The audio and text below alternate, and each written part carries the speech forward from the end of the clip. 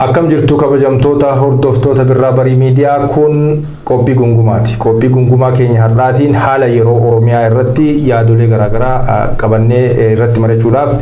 waahila kiyyaa Kadir Nageessoo wajjin asistiidiitu argamnee jirra. Hanga dhuma sagantaa keenyaatti akka nu wajjin turtan kabajaadhaan isin affeera. Tole Kadir har'a istiidiyoo keenyatti kan argamne dhimma haala yeroo Oromiyaa irratti marii geggeessuudhaafi akkuma beekamu Oromiyaa keessatti haalli nageenyaa rakkoon hongee beelli qaala'insi jireenyaa weerarri fixaaleeyyii akkasumas humnoota mootummaatiin dararaan uummatarra gahu guyyaa guyyaadhaan dabalutti jira. Kanarratti qabxee tokko tokko kaasnee ilaallaa. Fakkeenyaaf jalqabarraa yoo kaanu dhimma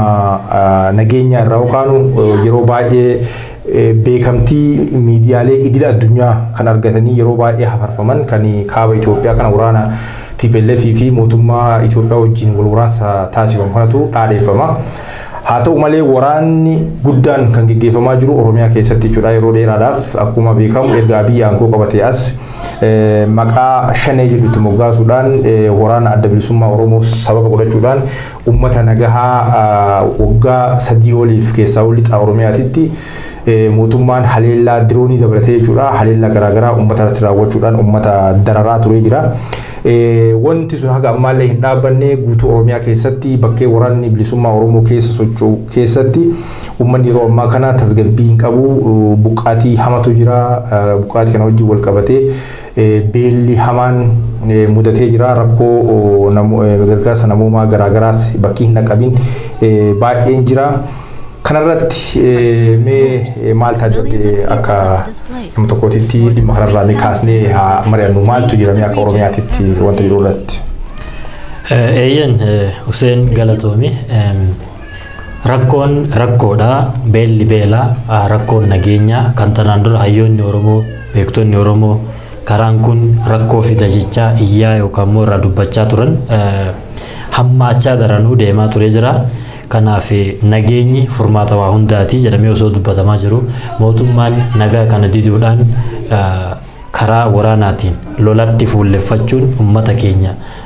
gaaga'ama jiruuf jireenya keessa qofa osoo hin taane qaala'insa jireenyaa akkasumas immoo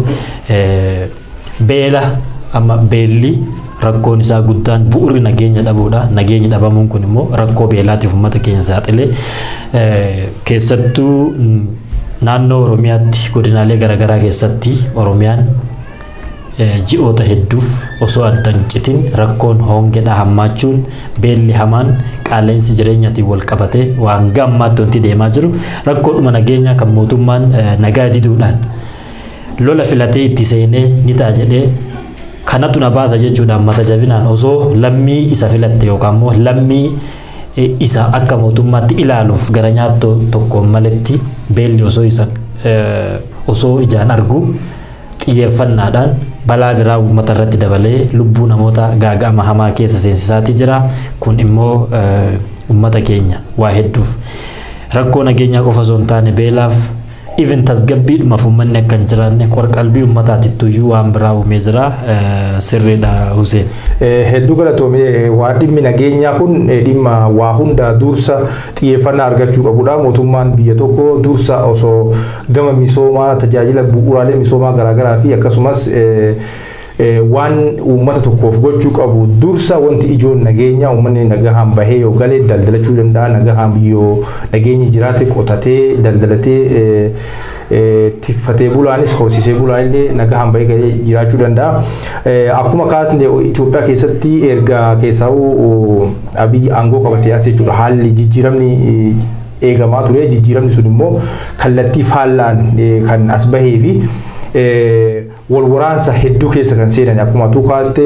paartilee mormitoota Oromoo ciccimoo kanneen akka KFO fi ABO dabalatee warri karaa nagaatiin qabsaan jechuudha. Hayyoonni dhuunfaa aktivistoonni Oromoo baay'een nageenya biyya kanaaf kan barbaachisu nageenya malee waraanni miidhaa guddaa biyya kanarraan gaha. Biyyi kun kufaatii keessaan baane keessa seentii kanaaf mootummaan miira keessaa bahee waraana kana filachuu dhiisee gara nagaatti deebi'uu qaba. Mariidhaan qaamolee walitti bu'iinsa waliin godhaa jiran kanaaf riphee loltoota wajjin marii geggeessuu qaba gara nagaatti as deebi'uu qaba yani gaafachaa turanii mootummaan immoo kanaaf gurra kennuu hin dandeenye xiyyeeffannaa isaa garuma waraana irratti taasisee waraanni TPLF waggaa lamaa oliif geggeeffamaa tures yeroodha gidduutti akka tasgabbaa'u ta'us karaa nagaatiin hiikamuudhaaf yaaliin garaagaraa gamtaa Afrikaatii fi akkasumas mootummaa Keenyaatiin yaaliin taasifamaa ture uummanni abdiin osoo eegaa jiruyyuu tibban ammoo torbee kana keessa wanti dhagahame walitti bu'iinsi bifa haarawaan ka'ee aanota daangaa naannolee Amaaraatii fi Tigraay gidduu jiranitti wal waraansi bifa haaraan akka eegalee fi yaaddoo hamaa keessa akka jirudha naannoon sun kan gabaafamaa jiru. Mootummaas ta'e akkasumas tajaajilli koominikeeshinii mootummaa wanta kana ammoo quba walitti qabutti jiru. Mootummaan naannoo Tigraay mootummaa federaalaatu na haleelee jedha. Mootummaan federaalaa ammoo humnoota Tigraayitu na haleelee jedha. Kana keessatti immoo walitti bu'iinsi hammaachaa akka jiruu fi humnoonni TDF yookaan TPLF gara naannoo tokko aanota tokko qabachuutti akka deemaa jiranii fi gabaasa yeroo darbe oduu keessatti hojjetteenis yuunivarsiitiin Waldiyaa humnoota TPLFiin marfamee barattoonni yuunivarsiitii gadhiisanii gara maatii isaaniitti akka deebi'an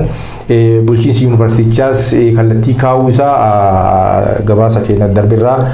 hubachuun ni danda'ama. Kanaafuu nageenyi biyya sana keessatti ammas daranuu tasgabbaa'uu irra hammaachaa akka deemaa jirudha. Ammas mootummaan walitti bu'iinsaa fi rakkoolee jiran kana gara kaabaa kana qofatti maaliif humna kaabaa kana qofa irratti xiyyeeffatee miidiyaaleenis akkasumas uummanni illee garasumatti akka fuulleeffatu haalli itti propagaandaa akkasii hojjetamaa jiru. Akka Oromiyaa keessatti guyyaa guyyaadhaan rakkoon uumamu kana immoo akka hin beekamne gochuu fi dhoksuudhaaf haalli yaalamaa jiru. Fakkeenyaaf Wallaggaa Horroo Guduruu Wallaggaa keessatti humnoonni finxaaleeyyii Amaaraa fi faannoo Amaaraa warri jedhaman hidhatanii yeroo ammaa kana aanota tanaan dura illee oduu keessattis akkasumas gabaasaalee garaagaraa irratti BBM hojjechaa turee jira. Uummanni wanti sun babal'atee aanaa tokkoof lamarraa gara aanaa 16tti yeroo ammaa kana humnoota san jalatti deebanii uummanni naannoo sanirraa gadhiisee buqqa'ee qabeenyi manca'ee akka jiru miidiyaaleen beekamoon akka BBC fi Oromiyaa Miidiyaa Neetwork faas gabaasaa jiru. Kanaaf wanti kun deemee rakkoo nageenyaa kan Oromiyaa keessa jiru kanatu inumaayyuu kaan caalaa hammaataadha. Naannoo sanirraa odeeffannoo akka argannetti odeeffannoo miidiyaaleen dabarsanirraa akka argannetti mootummaan inumaayyuu humnoota waraana bilisummaa Oromoo fakkaatan hidhachiisee uummata kanatti bobbaasuudhaan waraana uummata dogongorsaa akka jiruu fi uummatarraa maqaa ABO balleessuudhaaf uummatarraa qabeenya saamuu uummata dararuu waan akkasii akka raawwachaa jiru aanota godina Horroo Guduruu Wallaggaa fi Lixa Wallaggaa keessatti wantoonni akkanaa kunniin raawwatamaa jiru. Keessaa naannaa woboon baay'inaan keessa socho'u keessatti mootummaan akka istiraateejiitti fudhatee uummata buqqisuu fi beelessuu uummanni akka harka kennatu uummanni akka abdii kutatee waraana sana akka ofirratti jibbu gochuudhaaf yeroo dheeraa irratti hojjetamaa turee jira. Fakkeenyaaf akkuma siin jedhee lixa Oromiyaa keessa Wallaggaa keessatti Wallaggaa lixaa fi Horroo Guduruu Wallaggaa akkasumas Dambidolloo gara Qeellam Wallaggaa san keessatti lafa waraanni adda bilisummaa Oromoo baay'inaan keessa socho'u keessatti uummata dararaan akkuma itti fufetti jira jechuudha. Abbaa fi haadha irraa ajjeesanii ijoollee badheetti hambisuun miskiinummaatti hambisuun rakkoo hamaan fakkeenyaaf miseensa maatii tokko keessa namni tokko waraana keessa jiraatu garni baqatee illee bakka biraallee haa jiraatu yoo inni miseensa maatii tokko keessa namni tokko hin jirre waraana bilisummaa Oromoo keessa jira obboleessi kan kee ilmi kan kee jechuudhaan maatii dararaa akka jiranii fi iddoo waraanni bilisummaa Oromoo keessa socho'u lixa asii kibba kana dabalatee karaa Baalee kana dabalatee amma aanota gammoojjii Baalee kanneen yeroo ammaa kana buqqaatiin hamaan keessatti baay'atu kana naannoo itti waraanni adda bilisummaa Oromoo keessa socho'u jedhamee yaadamu kana ona godhanii akka barbaadan humnoota barbaadan keessatti bobbaasanii uummata kana harka kennachiisuudhaaf haalli itti hojjetamaa jiru jira jechuudha. Kanumaan wal qabatee amma kaasne aanaa Horroo Guduruu Wallaggaa keessatti aanonni 16 addas kan odeeffannoo arganneen aanaa Amuruu itti dabalamee gara aanota 17 humnoota kana jala deebi'ee akka jirudha. Akkasuma gammoojjii gara Harargee aanota duraan yeroo abdii illee jiru uummata buqqisaa turan kan akka aanota daangaa aanaa maqaa ishee faayina malee. Aanota daangaa jiran jechuudha akkamayyuu mulluqee aanota gara daangaa jiran sanii fi gara baalee kana keessa jiran naannoo waraanni bilisummaa Oromoo keessa socho'anii sodaatan kanneen yeroo ammaa kana humnoota Sumaalee itti bobbaasuudhaan uummata naannoo sanirraa baksanii ummanni rakkoo nageenyaatiif rakkoo beelaatiif gara giddu galeessaatti takka ol baqatee harka mootummaa harka namaatti eeggatu godhanii jiru kan akka istiraateejiitti itti fayyadamaa jiranii kana keessa immoo weerarri lafaa fi rakkoon ummanni irra gahaa jiru uummata irra gahaa jiruu fi dararaan hammaachaa akka dhufaa jirudha wanti kuni gabaabumatti wanti ibsu maali biyyi sun biyyattii mootummaa hin qabne biyya murna shiftaadha kan uummata dararuudhaaf maqaa mootummaatiin ittiin bulaa jirtu ta'uudha wanti beekamaa jiru. Gama kaaniin qaamonni akka finxaaleeyyii Amaaraa shiftaadhuma akka mootummaattu murna of qopheessee saamichaaf yookaan immoo dararaadhaaf uummata irratti wal kakaasee hidhatee qophaa'edha. Kan ammoo mootummaan ittiin ta'e jedheetuma osoma beeku kama akka isaatti maaliif mootummaan biyyaaf yookaan immoo lammii san nagaa eegsisuu hin dandeenye mootummaan beela uummataa dhiisee wal waraansa osoo argu uummata beelaa jiru beela irratti rakkoo biraa wal waraansatti amanee dararaa uummata irraan gahaa jiru akka mootummaa biyya hoogganuu hin dandeenye mootummaa biyyattii san gara kuffisuutti gara cabsuutti deemu mootummaa gara nyaattoon alatti dararaa lammii irraan gahaa jiru biyyi nagaa qabaachuu dhabuun beelli hamaan biyya keessa jiraachuun mootummaan immoo beela irratti xiyyeeffannaa gochuu didee hawaasa dararaa osoo jiru waraansatti amanee kanatti deemuun murni lachuu TPLF illee ta'e mootummaan ani mootummaa dhedhee biyya bulchaa jira ofiin jedhu kun warra nagaatti hin amanne warra dararaadha sila TPLF illee ummanni isaa hangana dararame sila beekee karaa nagaatti addunyaatti harka kennate kara nagaatti qabsoo nagaatti amaneeti kan deemuu qabu kun kanaan osoo jiru ummanni isaa beelaaf akka saaxilamu dararaadhaaf akka saaxilamu amanee mata jabinaan saamichuma barbaachaaf warra socho'aa jirudha malee isaan lamaan iyyuu shiftaadha dabalatee akka finxaaleeyyii Amaaraa akkasumas immoo murni nageenyatti namanne ka'u lammii isaatiif gara nyaattuu hin qabne kamuyyuu mootummaa yookaan immoo hooggansatti hin laallamu akka biyyatti maaliifi arra kan wal waraanaa jiru qaama lamaanii ammoo jidduu kanatti kan miidhamaa jiru hawaasa nagaa lubbuu qulqulluu daa'imman deettuu barnoonni dhabamuun barnoonni adda cituun dhaabbachuun barattoonni dararamuun kun hundi isaaniiyyuu shiftaadhuma biyya burjaajessuudhaaf yookaan nagaa biyyaa dhoorguuf dantaa ofiitiif socho'u malee kan nageenyatti amanuu miti kun yeroodhaa yerootti Itoophiyaa keessatti dagaagaa deemuun immoo biyyattiin sun abdii akkamii akka horatu hawaasni achi keessa jiraatu akkamitti akka hamileedhaan jiraatu waan barumsa ta'uu danda'u jechuudha. Hedduu galatoomii wanti hedduu nama yaaddeessu mootummaan nageenya filachuu dhabuu isaati rakkoon nageenya furamuu yoo baatee wal dhabbiin kun yookaan immoo riphee lolaa fi akkasumas immoo humnoota kaabaa kana wajjin gara nagaatti yoo deebi'amuu baate tanaan dura miidhaalee gahan san irraa barachuun yoo hin danda'amne TPLFs ta'ee mootummaan jechuudha uummanni miidhamutti jira uummanni keessaa kan giddu galeessaatii fi akkasumas gara daangaa irra jiran rakkoo beelaatiif saaxilamanii jiru rakkoo qaala'insa jireenyaa immoo giddu galeessatti akka malee hammaatee jira yeroo ammaa kanatti namni biyya keessatti waa bitachuu waa ilmaan barsiifachuu hin dandeenye rakkoo qaala'insa jireenyaa irraa kan ka'e jechuudha akka malee jireenyi ulfaatee jira mootummaan immoo kana xiyyeeffannaa itti kennaa jiru xiyyeeffannaan mootummaa itti kennaa jiru caasaa mootummaatii fi akkasumas immoo warra na deeggaran jedhee yaadurratti propaganda akka badhaadhinni biyya sana keessatti dhufaa jiru fi jijjiiramni guddaan dhufaa jiru fi akkasumas immoo olaantummaa biyya sana irratti garee tokkoon akka qabatamu lola gaggeeffamaa jiru kana keessatti dabballeewwan isaa qofa bobbaasuudhaan akka nageenyi biyya sana keessa jirutti badhaadhinni akka dhufaa jirutti paarkiiwwan muraasa lafa qonnaa muraasa agarsiisuudhaan miidiyaan biyya keessaas akkasumas immoo qondaalonni mootummaalee kanuma faarsaa oolu jechuudha. Uummata beelee kanaa fi rakkoo dhufaa jiru kana immoo hubachaa osuma hubataniyyuu osuma beekaniyyuu jechuudha dhoksuu barbaadu jechuudha. Fakkeenyaaf torbaanuma darbe keessa humni dhaabbanni gargaarsaa Soofumar jedhu tokko gargaarsaaf gara aanaa Dalloomannaatti imalee ture.